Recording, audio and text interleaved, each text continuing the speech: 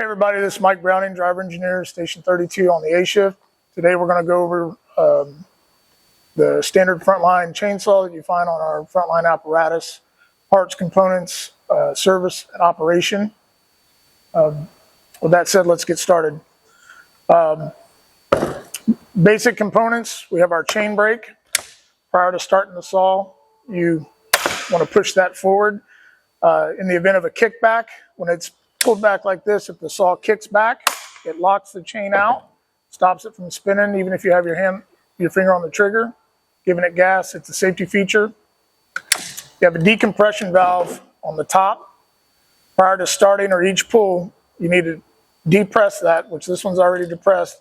Anytime the engine turns over or tries to start, that will pop up. So between each start, you need to press that decompression valve for the cylinder. You have your bucking spikes here. If you're cutting tree limbs or anything like that in a TSAR situation, you don't really want to work the end of the bar in the chain. That's what causes kickbacks. This presses up against the material that you're cutting and gives you a little bit more stability in the saw. Here you can see our fuel reservoir and our bar and chain oil reservoir. This is a 2-cycle engine, so there's not a separate reservoir for motor oil. The oil is mixed within the gas, so as it's running, the oil that's in the fuel is lubricating the internal cylinders.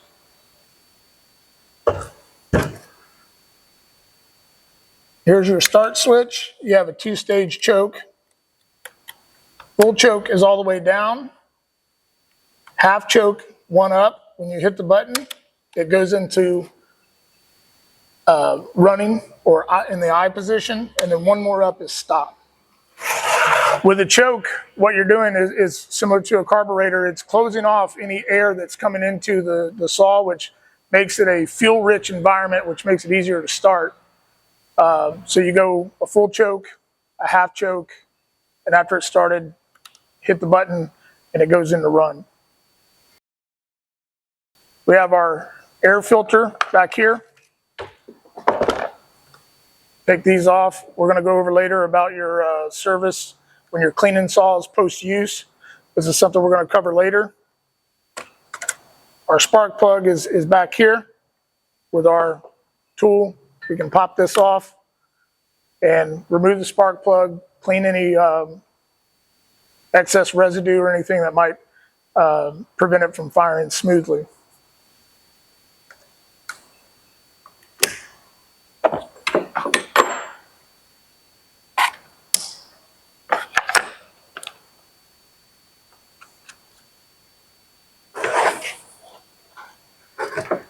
This side of the saw, you have your chain.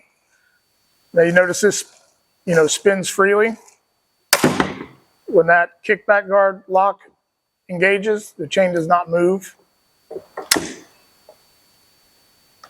This is your bar. You have a sprocket here at the end of the bar that the chain rides in. And then to the front here, the same tool that takes your spark plug out will loosen these bolts or these nuts here.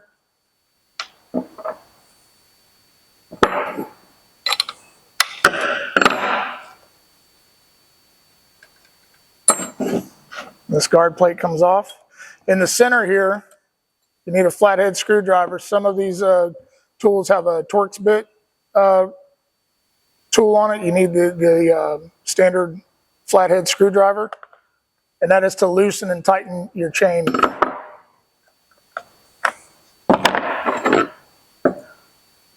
So there's where we turn it. If you turn it to the left, it will loosen. Turn it to the right, it tightens. And there's a little barb right here that actually sits in the bar itself that helps the bar move forward and back. It's our rear sprocket here. And you have your bar and chain oil comes out and lubricates the chain as you're using it. This can sometimes get clogged, and we're going to talk about that later when we're doing the maintenance and cleanup of our saws post-use. This little barb here is what goes In one of these two holes, this bar can be used either way, this way or this way. You can flip it. There's the sprocket that we spoke of earlier.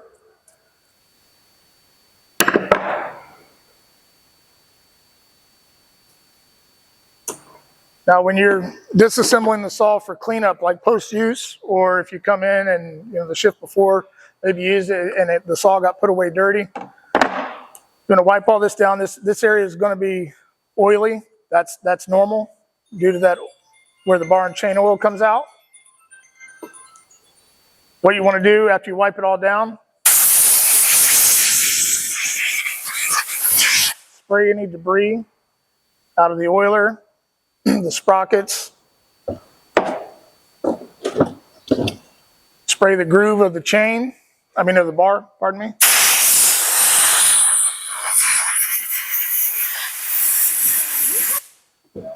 While you're cleaning that, this sprocket at the top should spin freely. Anytime that a bar gets in a bind, when, say, like a tree limb or something is pinching the bar, if your chain is never ever starts like not passing through the bar smoothly, maybe the bar has gotten bent at some point and then it needs to be replaced. These are your teeth, and the little sawtooth on the bottom is what actually rides in the groove that's in the bar. You have a flat side on the back of the tooth, and then you have a beveled side on the front of the tooth. That bevel side is always pointing away from the base of the saw. So as the chain spins around this way, away from the motor side of it, you always want your teeth, the beveled side, pointing away from the saw.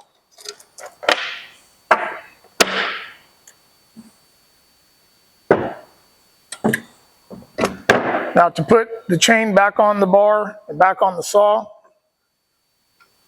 you're going to loosen this, which you'll see this little peg here is moving back towards the sprocket.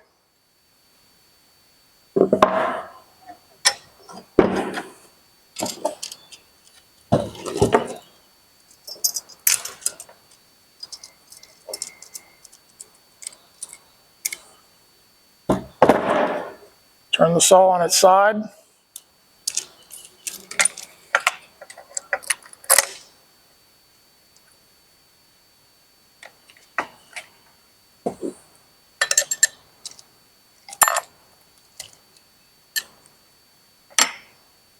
Come over here, Rob.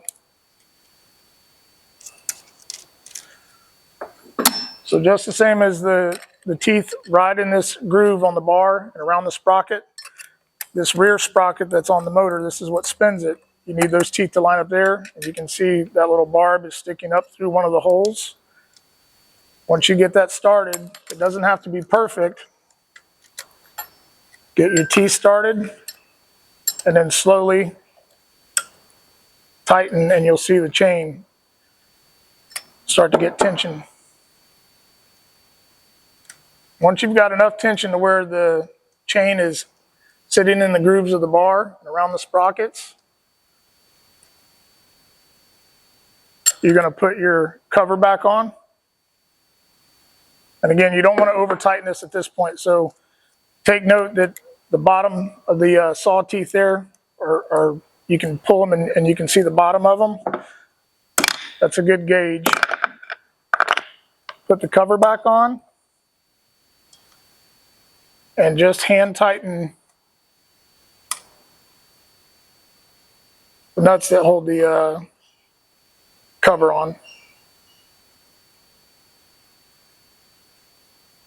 The reason why you want to keep these two nuts loose is this chain here has too much slop in it.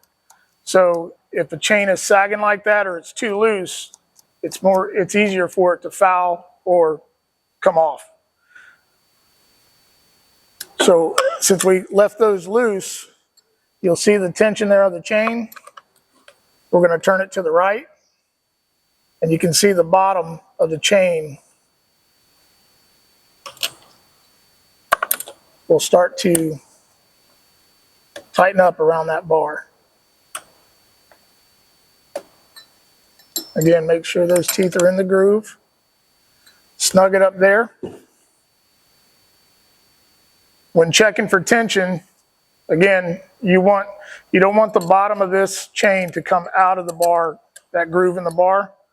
So we're going to tighten it just a little bit more. Right about there, just before that, call it a shark tooth, comes out of the groove. That's about as tight as you want your chain to be on your saw. And then after you got the right tension, you can tighten up these nuts.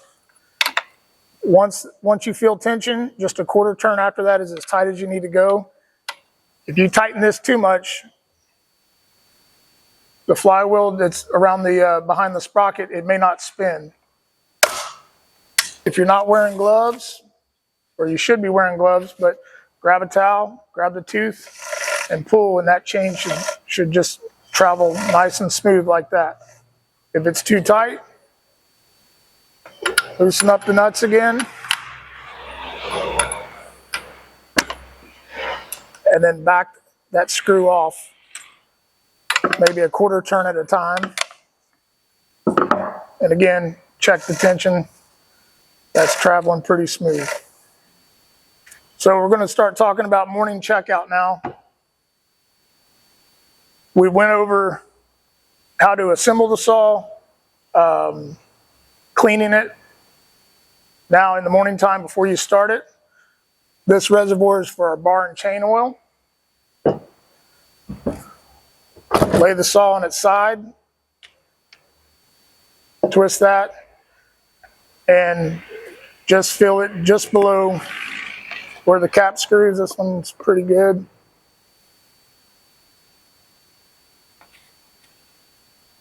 And this is something to keep in mind if you're using it ever so often it may not be when you have to refuel, but check your bar and chain oil. That's what, again, lubricates the chain and helps it work properly. So you may have to top that off if you're in like a TSAR situation, you've been working for a few hours. So always have a spare jug of that. And anywhere you see the fuel pump with the little teardrop, what that's telling you is that it's 2-cycle. 2-cycle is 50-to-1 ratio mix. And again, the oil is in the fuel. There's no separate reservoir for motor oil like a 4-cycle engine. Our true fuel cans say 50-to-1, 2-cycle, not to be mistaken with 4-cycle, which is straight gas. If you put 2-cycle into a 4-cycle engine, it's going to run crappy and it's going to smoke really, really bad, but it'll still work and it's going to need to be serviced. If you put 4-cycle into a 2-cycle engine, it's going to ruin the saw. So always be sure you're using the right fuel for the right tool.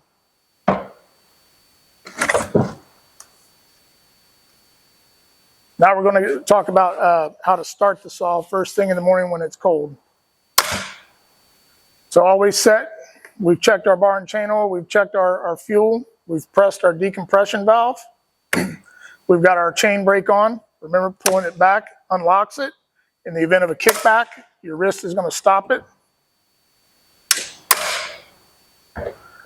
Our choke settings are full choke, half choke, the run position, and off. So in the morning, you're going to put it to a full choke.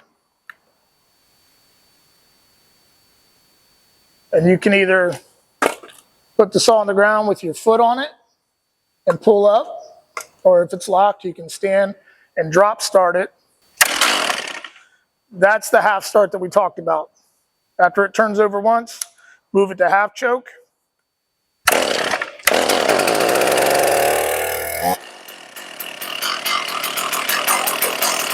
As you heard the motor kind of winding up. The minute that you hit the gas and it goes to the run position, it's going to be at idle. Decompression valves up.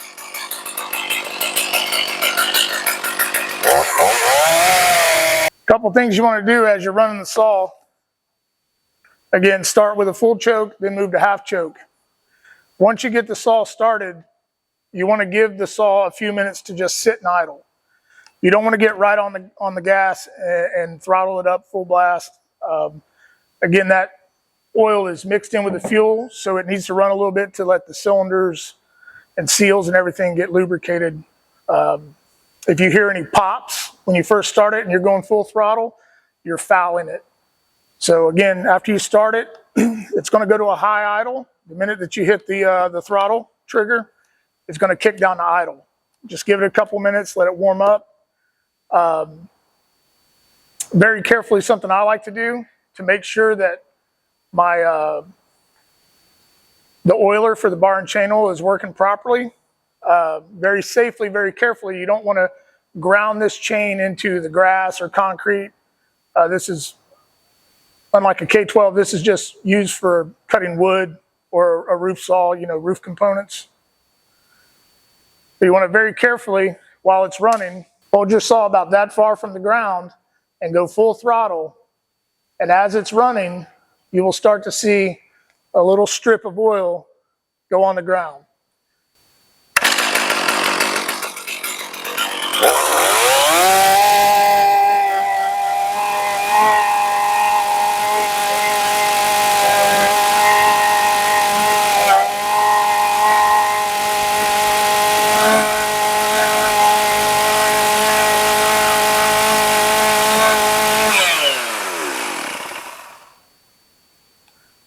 As you can see here, there's a couple of strips of oil on the ground. I know that my bar and my chain's being oiled properly. A couple of things on these saws, these three holes here, that is to adjust the idle of the engine. That should never be attempted by any field personnel at Hillsborough County. That has to be done by a trained technician who works on these chainsaws or small engines. If for some reason the saw is flooded, let the saw rest for a little bit, sit it down, not in the choke position, and or you can simply cycle the pull cord to get some of that fuel out of there. You have to have a nice balance of air and fuel to get it to start. So in the event that it's flooded, turn the saw off, walk away, give it 10 minutes, come back and start the process all over again. Once the saw has been started, you do not have to full choke it. If it's been running and it's nice and warm, after I started it the first time here, I just put it to the ignition stage and give it a pull. Remember your decompression valve. If for some reason you're pulling and it comes out of your hand, usually that decompression valve has not been pulled. Without that being pressed, it doesn't want to. So you've got a lot of pressure in that small cylinder. Decompress it, give it a pull.